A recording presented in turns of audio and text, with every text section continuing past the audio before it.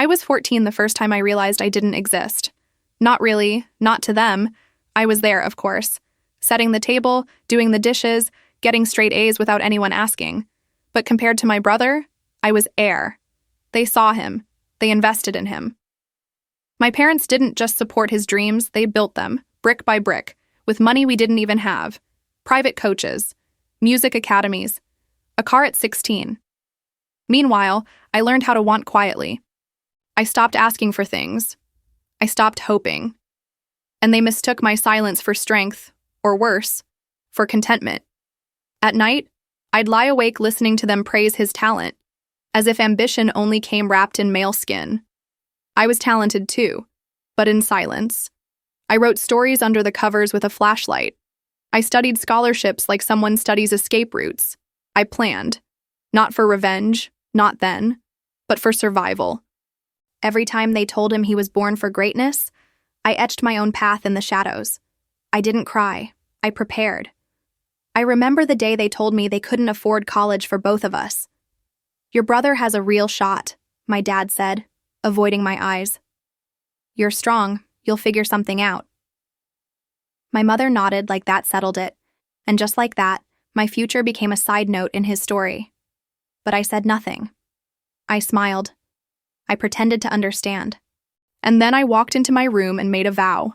I would build something so big, so undeniable, that even their blind love couldn't ignore it. I didn't need their permission.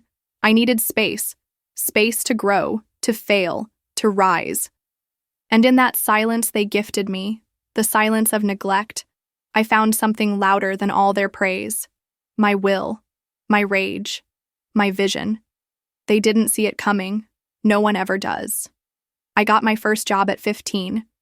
A dusty little bookstore where the register barely worked and the ceiling leaked every time it rained. It wasn't glamorous, but it paid just enough to feel like I was clawing back a sliver of control. I'd shelve books during the day, and at night I'd devour them like they were oxygen. Finance, psychology, business, self-help. I didn't read for fun, I read for freedom, for strategy. Every page was a brick in the empire I was building behind their backs. At home, I kept playing the part. The helpful daughter, the quiet one. I never raised my voice. I never asked why they attended every one of his piano recitals but missed my award ceremonies. I never questioned why his failures were met with compassion, while my success was brushed off with a half-hearted, "You've always been independent." That word, independent. It sounded like praise, but it was just another way of saying, "You're on your own." By 17, I had 3 jobs and a dream I didn't dare speak out loud.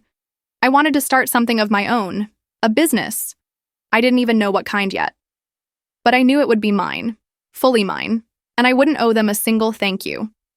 I kept my savings in a shoebox under my bed, wrapped in old college brochures I knew I'd never afford. Every dollar was a protest. Every hour I worked was a step away from being forgotten. The day my brother crashed the car they gave him, drunk, of course, they didn't yell. They hugged him. "You're just under so much pressure," my mother sobbed. And they paid to fix everything. The car, his record, his shattered reputation. I stood in the hallway watching it all and thought, maybe he is under pressure. But so am I. The only difference is, no one's paying to save me. College came and went for him. He dropped out in his second year. Said it wasn't inspiring enough. My parents didn't flinch. They supported his new journey into music production, bought him equipment, and turned our basement into a studio. Meanwhile, I took online business courses at night after my shifts. I never told them. I didn't want their praise. I wanted their silence to mean something. I wanted it to be the soil where I grew wild, without pruning, without applause. I launched my first online shop at 19. It was nothing more than a makeshift website and a few handmade journals I created at the bookstore between customers. But someone bought one, then another, then 10. I reinvested everything. No dinners out, no new clothes, just raw focus, hunger, and quiet fire. Every order felt like a whisper to my younger self. "Keep going. You're not crazy." He was still living at home. Still the genius in progress. I was the ghost paying rent in a world that never welcomed me. But I wasn't bitter. Not yet. I was too busy building. I told myself, success is the best revenge. That kept me warm when I came home to dinner plates already cleared and stories I was never invited to tell. But even then, I believed, one day, they'll see me. Still, I was human. The silence cut deeper than I let on. Birthdays forgotten. Achievements unnoticed. My first $5,000 month passed like any other day. No balloons, no questions, not even curiosity. And for the first time, I started to feel angry. Not rage, not fire. Something colder, like frost behind my ribs. Something brewing. Something that said, one day, you'll regret never asking about me. By the time I turned 21, my shop had grown into a full-fledged brand. People from across the country were ordering my products. Influencers were tagging my journals. My email list had 10,000 subscribers. And yet, under my parents' roof, I was still just her. Not a name, not a story, just the quiet daughter who worked somewhere online. At Christmas, my brother got a new MacBook to fuel his music career. I got socks. Not metaphorically, literally. Socks. My mom even said, "We didn't know what you needed." That sentence stuck in my throat for weeks. They didn't know what I needed because they never asked. They never saw me. Not even enough to pretend. So I started to detach, emotionally, mentally. Every word I shared with them became calculated, polite, pleasant, hollow. I stopped expecting anything. I stopped waiting for applause that would never come. I buried myself in work, in growth. I signed a deal with a stationery distributor who wanted to scale my brand internationally. I was terrified. I was thrilled. And I had no one to call. One night, I watched my brother perform at a bar downtown. The room was half empty, but my parents clapped like it was Carnegie Hall. I sat in the back, anonymous. Then I went home and finalized a licensing agreement that would double my income overnight. I didn't tell them. They didn't ask. So I smiled to myself and whispered, maybe I don't need them to know. Maybe it's better this way. But part of me still wanted something. Not approval, justice, and I felt it coming. Slowly. Like a tide. Because when someone spends their whole life being overlooked, they don't just rise, they erupt. It happened over lasagna, a Sunday dinner like any other. My brother had just announced his new EP. My parents beamed with pride. My mom said, "He's finally finding his path." My dad nodded, already planning to invest in his next studio upgrade. I stayed quiet, chewing my food slowly, wondering how many dreams I had built while they praised his potential. Then, my dad turned to me and asked, "So, are you still selling those little notebooks?" Those little notebooks had paid for my apartment, my car, and my upcoming trip to London to speak at a creative entrepreneurship summit. But to them, it was still a hobby, a phase, a cute little side hustle. I looked up, dead calm, and said, "Actually, I run a brand that just hit 7 figures last quarter." Silence. My brother laughed. "No, seriously." "I am serious," I said. "You can Google it." More silence. My father blinked. My mother looked confused. "Why didn't you tell us?" I wiped my mouth, folded my napkin, and smiled. Not out of joy, but precision. Because you never asked. The weight of that truth hit harder than any insult could. And for the first time, I saw it register. The discomfort, the shame, the realization that they had been investing in the wrong dream. I didn't gloat. I didn't lecture. I just stood, picked up my keys, and left, not in anger, but with purpose. That night, my inbox lit up with invitations, partnerships, people seeing me. And for once, it didn't feel lonely. It felt earned. 3 days later, they showed up at my apartment, no warning, no invitation, just a knock on the door followed by my mother's voice. "We just want to talk." I almost didn't open it. But part of me still needed to look them in the eyes. Not for closure, but confirmation. That they finally saw the daughter they left behind. They stepped into my living room like strangers.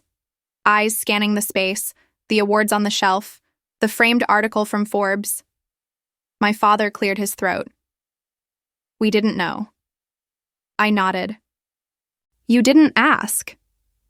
My mother sat down carefully, as if the success might shatter beneath her. Why didn't you say something sooner? I wanted to scream. Instead, I spoke like a woman who had outgrown the need to scream. Because I spent years proving my worth in a house where only one child mattered. I didn't need applause. I needed air. And when you gave all the oxygen to him, I learned how to breathe underwater. They started to cry. Not for me, but for the image of themselves that had cracked open. The perfect parents, the fair supporters. But I didn't need their tears. I needed this moment to reclaim my narrative in front of the people who wrote me out of it. My brother texted later that night. You made them feel like crap. I stared at the message, and all I replied was, good. Not because I wanted revenge, but because pain only teaches when it's felt. And maybe, just maybe, that ache in their chest would remind them of the daughter who bloomed in the dark. A week later, a business podcast published our interview. The title read, From Forgotten Daughter to CEO, How Silence Built a $1 Million Brand. It went viral. Overnight, my inbox flooded with messages. Girls who felt invisible, women who were told to be quiet, to be grateful, to let the boys lead. They saw themselves in me. And suddenly, my story wasn't just mine anymore, it was a mirror. My parents saw it too. My mother called, crying, I didn't know you felt that way, she whispered. But now the world did. And the truth was, I hadn't said anything cruel. I'd just spoken, openly, clearly, after a lifetime of holding it in. That podcast didn't shame them. It exposed the consequences of emotional neglect dressed up as fairness. My brother didn't take it well. He tweeted something vague and bitter about people who use family for clout. Then deleted it, then blocked me. I didn't flinch. I wasn't the villain in this story. I was just no longer playing the extra. I got invited to speak at conferences, lead panels, mentor young entrepreneurs. People asked, how did you do it without support? And my answer was always the same. I didn't do it without support. I just had to become my own support system. Success wasn't a crown I wore to prove I'd won. It was the armor I forged from years of silence. And now, as the spotlight found me, I didn't shrink. I didn't apologize. I just stood there, fully seen for the first time, and completely unafraid. One evening, I returned to the house I grew up in, not to forgive, not to forget, just to see. The driveway looked smaller, the garden unkempt, my brother's music still thumped from the basement. Nothing had changed, and yet, everything had. My presence no longer bent to their narrative. I wasn't the quiet one anymore. I was the one they whispered about. My father tried to act normal. Still busy traveling? He asked. Still building, I replied. He nodded, as if unsure how to speak to the woman I'd become.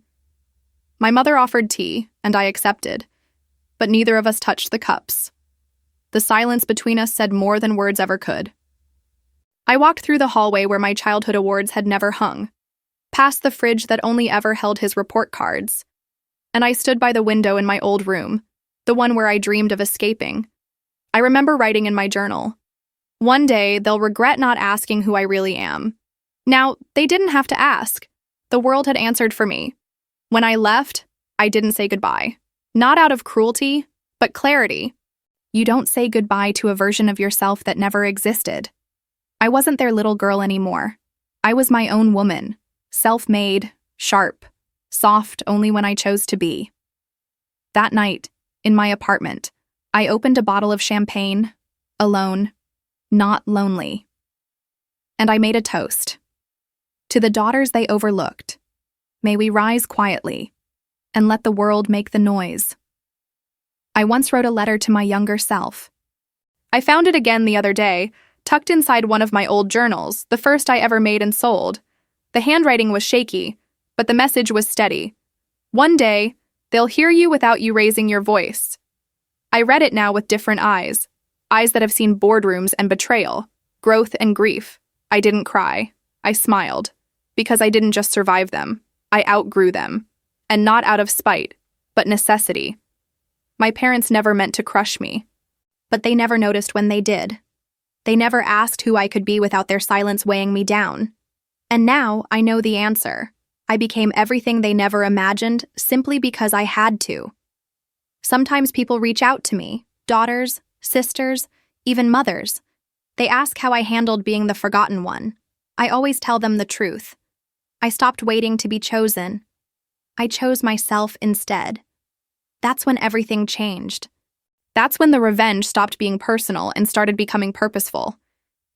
I never sent that letter. Maybe I never needed to. The girl who wrote it became the woman who lived it. And now, when I look in the mirror, I don't see the reflection of who they failed to raise. I see the legacy I chose to create. Not despite them. Beyond them. People expect revenge to be loud, explosive, a public reckoning. But mine came quietly. Not in slammed doors or shouting matches, but in boundaries, in choosing peace over performance, in no longer needing to explain my worth to people who once mistook silence for smallness. Years later, when my parents asked to attend one of my keynote events, I let them. They sat in the front row as I stood on stage, introduced not as someone's daughter, but as a founder, a voice, a force. I spoke about building from nothing, about rejection, about how being overlooked taught me to see myself with unflinching clarity. I didn't look at them once during the speech, not out of bitterness, but power. I had already said everything I needed to, years ago, in whispers, in savings, in long nights and quiet victories. That speech wasn't for them. It was for the girl I used to be, and for every other girl still wondering if she matters. Afterward, they waited backstage. My mom hugged me. My dad said, "We're proud of you." But it didn't land like they hoped it would, not because I didn't care, but because I didn't need it. Their approval had arrived years too late. I had already arrived without it. That's the thing about revenge, the real kind. It's not about proving them wrong. It's about proving yourself right. And in that moment, I didn't feel triumphant. I felt whole. The final revenge wasn't glory. It was peace.